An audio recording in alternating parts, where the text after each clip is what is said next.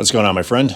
It's Jeff Newport from ChasingStrength.com, and in today's video, we are discussing timed rest periods versus autoregulation and when you should use which. All right, so let's just jump on in here. Everybody knows what EMOM is, right? I'm sure you do. EMOM, every minute on the minute, or as I prefer to call it, OTM, on the minute. Okay, because why use 4 letters when you only need to use 3? Makes good sense to me. Anyway, my weightlifting partner and I, my Olympic lifting partner and I started using OTM workouts way back in 2004.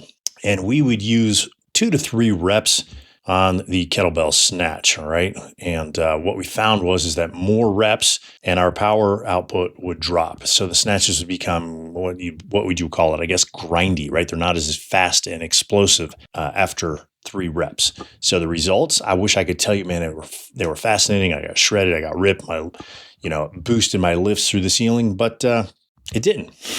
Okay, it actually did 0 for my strength, but my conditioning did improve, and that was the point, right? I was able to recover faster between sets and therefore between training sessions, all right? But, secretly, I have to admit, deep down inside, I was hoping that this magic OTM formula would boost my Oli numbers somehow, and it didn't, but, such is life, right? So anyway, that's how I like to use OTM work. High power. Very high power and low reps. Now, what are we talking about? What kind of rep ranges? What kind of power outputs? So we're talking about 90% up to 100% maximum effort. The old full throttle, baby. You know what I'm saying? And if we're talking about work duration, well, we're actually talking about repeats of no more than 10 seconds. So that's about a 1-to-5 work rest ratio, which if you're a bioenergetics nerd, okay, and you're into AGT, that avoids glycolysis. Right? Glycolyses, that's not plural, it should be singular, glycolysis, right? And it still primarily uses your phosphagen / anaerobic alactic energy system.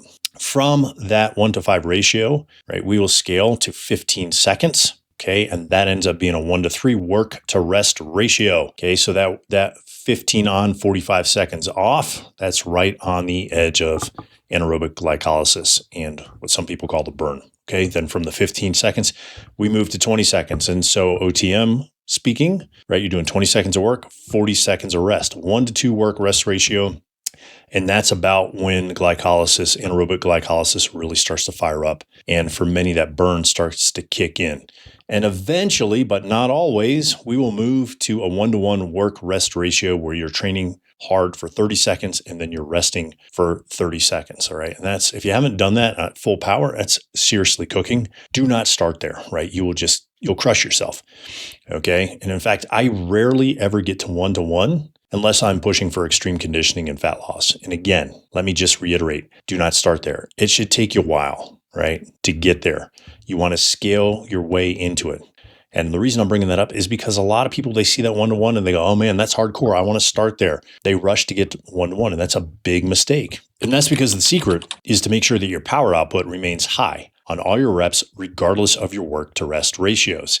So an example would be, let's say you can do 3 snatches in 10 seconds. That means you should be able to do 9 snatches in 30 seconds, right? But what will happen is many people will rush to get that 30 seconds of work, okay? And reps 6, 7, 8, and 9 will not be as crisp, not be as explosive, and not be as powerful as reps 1 through 5. So again, the key is making sure that all 9 reps of those snatches in 30 seconds have the same power output, okay? They don't slow down. There's no slowdown between your reps, and everything is done at the same speed, okay? Now, why do you want to do that? Well, for 3 basic reasons. Number 1, you know for sure you're using and training your fast twitch muscle fibers and not converting them to slow twitch with grindy reps, okay? Number 2, you're training your aerobic system properly. And number 3, you're not burning yourself out or setting yourself up for injury, which is what happens if you rush the progression too soon, okay?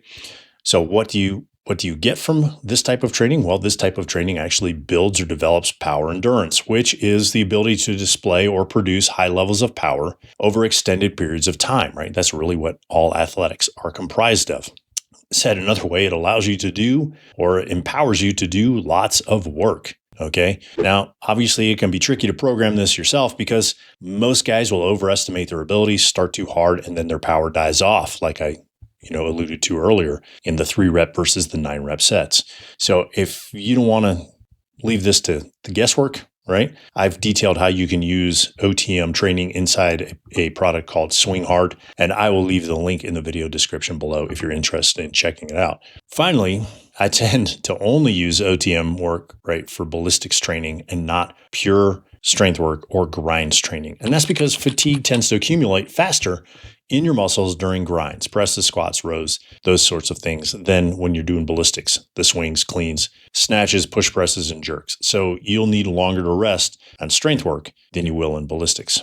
So for strength work, that is typically when I recommend you use autoregulation, all right? Not always, but most of the time. Finally, I'll prescribe specific rest periods on types of strength work when I'm looking for or want to come as close as possible to guaranteeing a specific outcome from that particular work, like when I want a hybrid outcome of strength and muscle.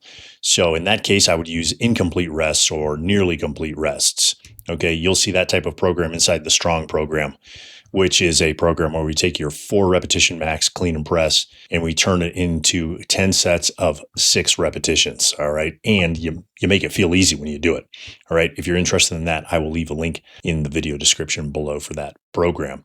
So hopefully this video gives you a little bit more insight into OTM/EMOM work versus autoregulation and when to do which. All right. If you found this video helpful, click the like button, smash the subscribe button, share it with a friend, leave me a comment section in the comments below. What's your experience been doing OTM or EMOM work versus autoregulation? All right. Until next time, my friend, stay strong.